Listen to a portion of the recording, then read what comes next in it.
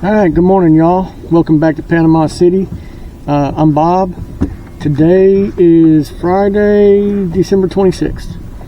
And I got a late start this morning. Mostly because it's been raining since last night. And the rain has stopped in about the last 15 minutes or so. When I put the boat in the water about 30 minutes ago, it was still raining. I stopped and looked for bait. There was no bait coming up to the surface, so I've got frozen cigar minnows, I've got frozen squid, and I do have some frozen menhaden. So I do have some menhaden if I want to use it. But I figured I'd just come out here on the bay, and I'm going to spend the day on the bay and just see what I can catch. I'll probably fish the discharge and the supply pipeline mostly today. So y'all stick around and see if I'm able to catch anything. What I'm going to start with is my Cadence 6000. It's got 65-pound braid. It's on a Daiwa Saltist 7-foot medium heavy action rod. I've got 80-pound leader and a 6/0 hook. And mostly what I catch in the bay is red snapper. And while I don't really need any red snapper for the freezer, I love to catch them. So we're going to see if we can catch some fish. And I'm going to go to my Penn Battle 6000. It's got 65-pound braid, 80-pound leader, 6/0 hook, and 2 ounces of weight. And I don't need 2 ounces of weight, but when I'm offshore to get it to the bottom in current, sometimes I'll go to a 2-ounce weight.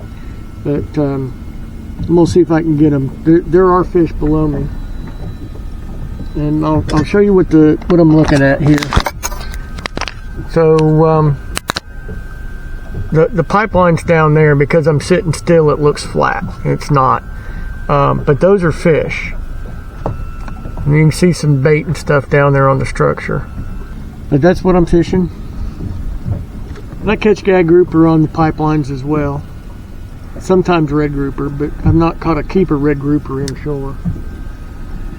Alright, so I came over to the pipeline, and I'll show you what I'm looking at on the pipeline.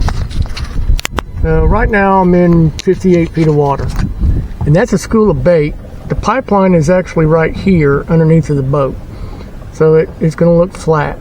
But there's some big fish here as well, but that's a massive school of bait, and I like to see bait. That's what I'm looking for when I'm looking to fish the pipeline, is the bait. If the bait's there, the fish will come. I know we've got an incoming tide, even though the wind's blowing out. If there's any current at all, my bait's going to want to go that way.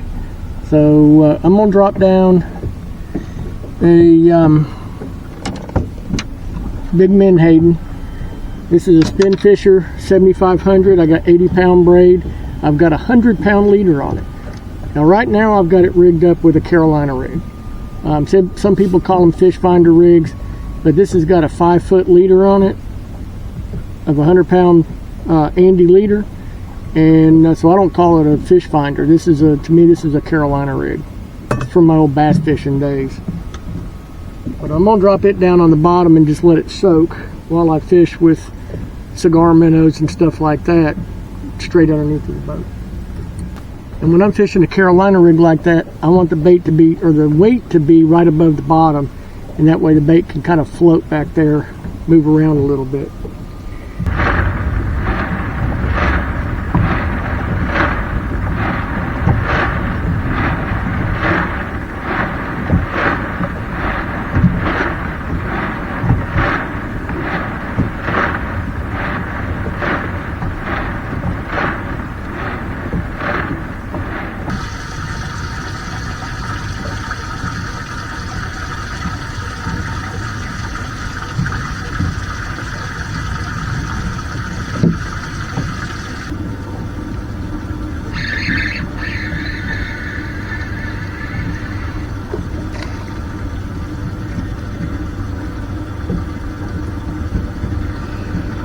We'll keep her lane snapper.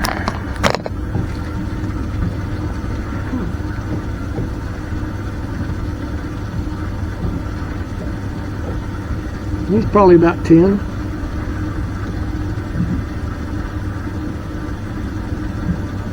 He's 10 and a half, but not going to keep it.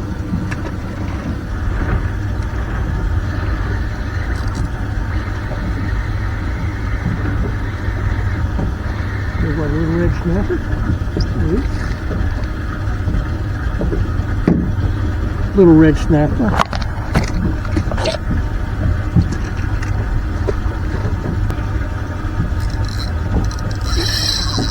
There we go.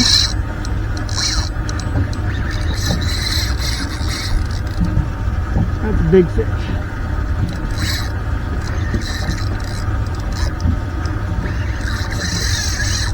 Not the rod I want a big fish on, but that's what I got. Ah, he broke down. So that was on my Penn Battle 4,000 with 20-pound braid. So I'm going to go to my Penn Battle 5,000 with 30-pound braid.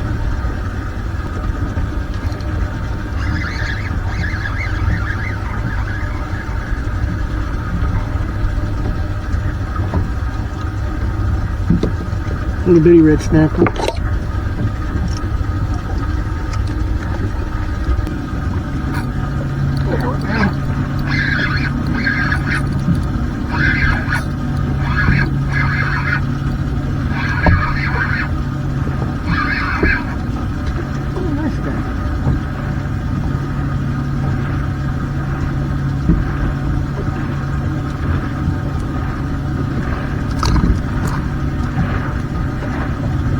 Nice red snapper.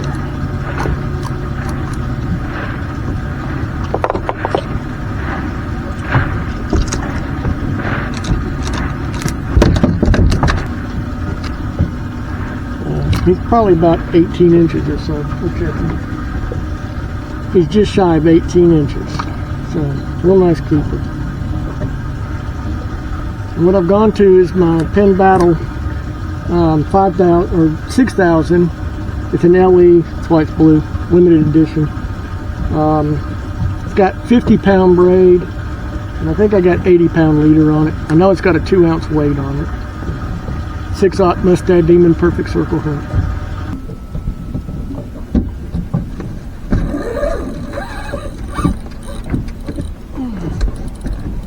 I think it's a shark.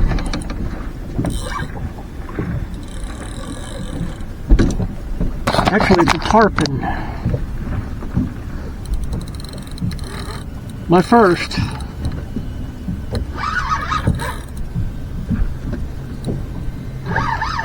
And he's dragging the boat around. I'm going to turn spot lock off.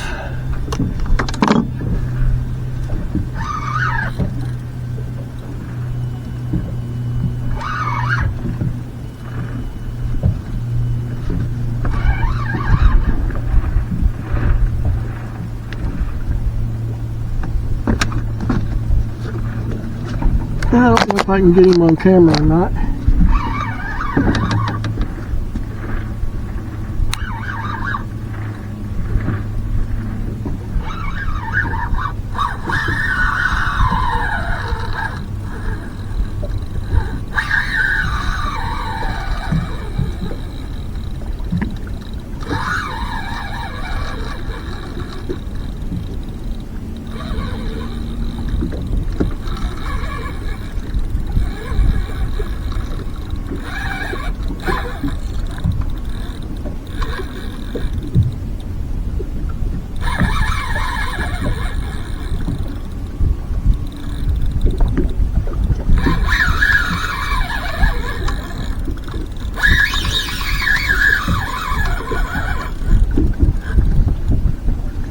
That's a big old tarpon too.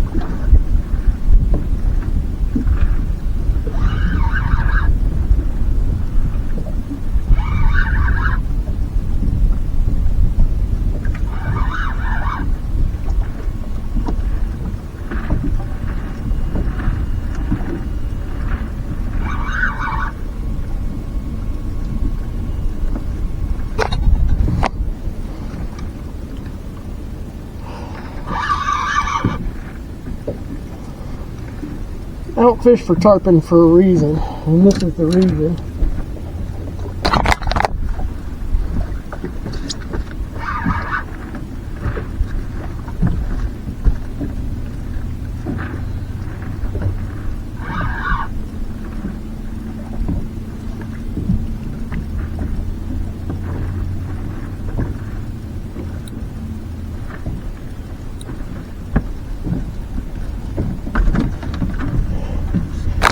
He's just doing circles around the boat. And I know there's people that like to catch them.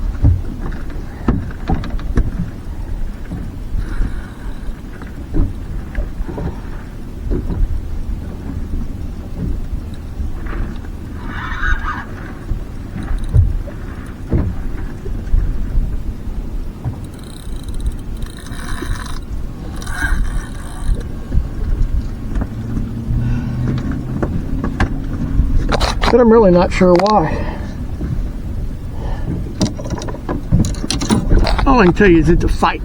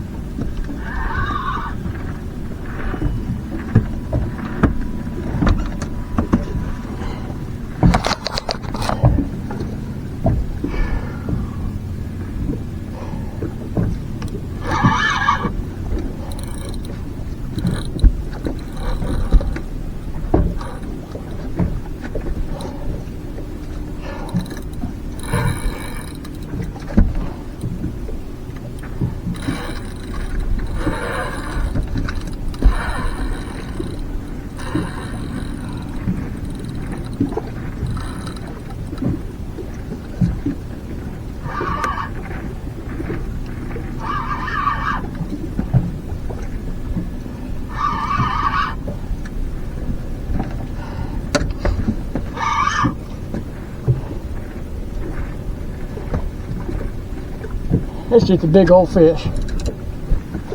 My God, that's a big fish.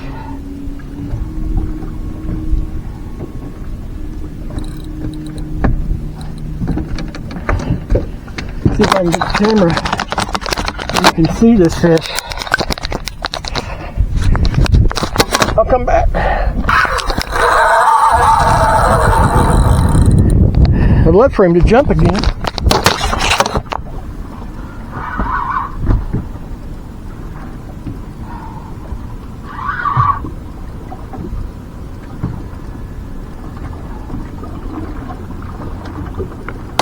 He's bigger than I am.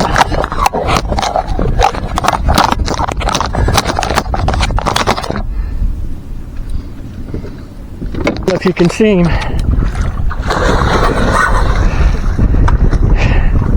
That's a big old tarpon right there.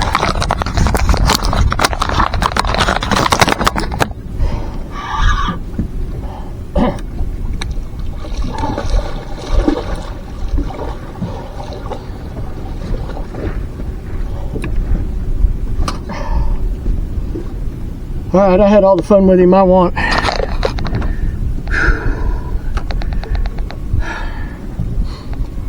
So I broke him off.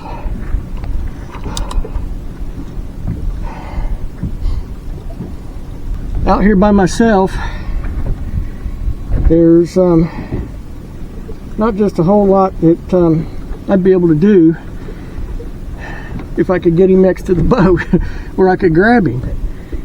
That fish was massive.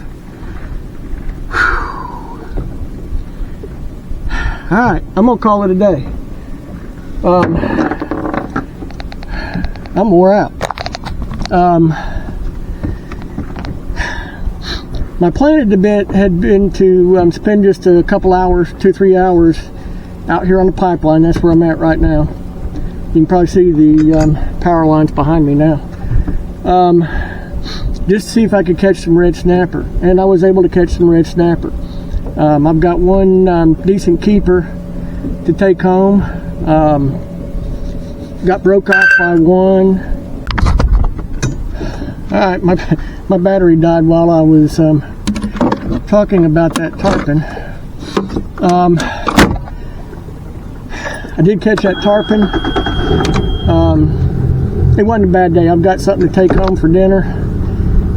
It rained this morning. It's starting to sprinkle again, so it's going to rain again. But I accomplished what I wanted to accomplish. I sat on the power lines and I camped. I literally camped. And was able to catch several red snapper, some of them too small, one good keeper. But that's how I fish the pipeline. I literally pick a spot on the structure that has bait on it, and I just put bait down there until the fish show up. Now you're gonna get bit by the rubies and the lane snapper. I did catch a lane snapper.